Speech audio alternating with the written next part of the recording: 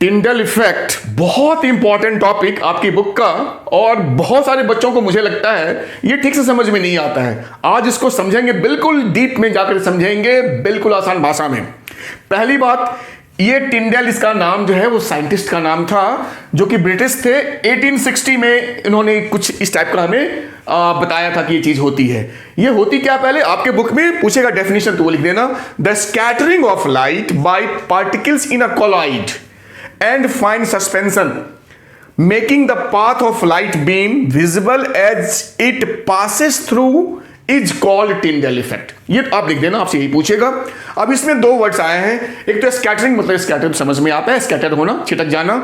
Colloid और suspension, ये बच्चे बहुत नहीं समझ पाते हैं। देखो, कोलॉइड कुछ नहीं, जो मिल्क है ना वो आपका कोलॉइड है, उसमें वाटर है, उसमें फैट है, उसमें बहुत सारी चीजें हैं।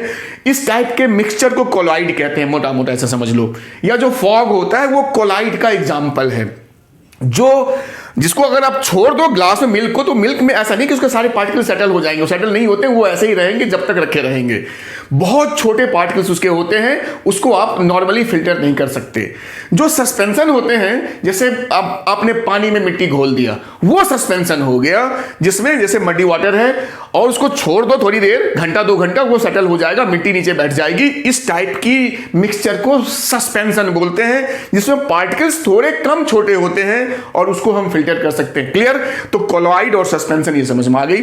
तो जब लाइट जो है कोलॉइड या सस्पेंशन से पास होती है तो उसका हमें पाथ दिखाई देता है, जैसे एक स्ट्रेट लाइन। मैं अभी फोटो लगा रहा हूं, आपको फोटो देख लो, तो ऐसा पाथ आपको दिखेगा, चाहे वो फॉरेस्ट में, जंगल में धूप आती है उसमें, या ग्लास में। उसी को बोलते हैं टिंडल इफेक्ट।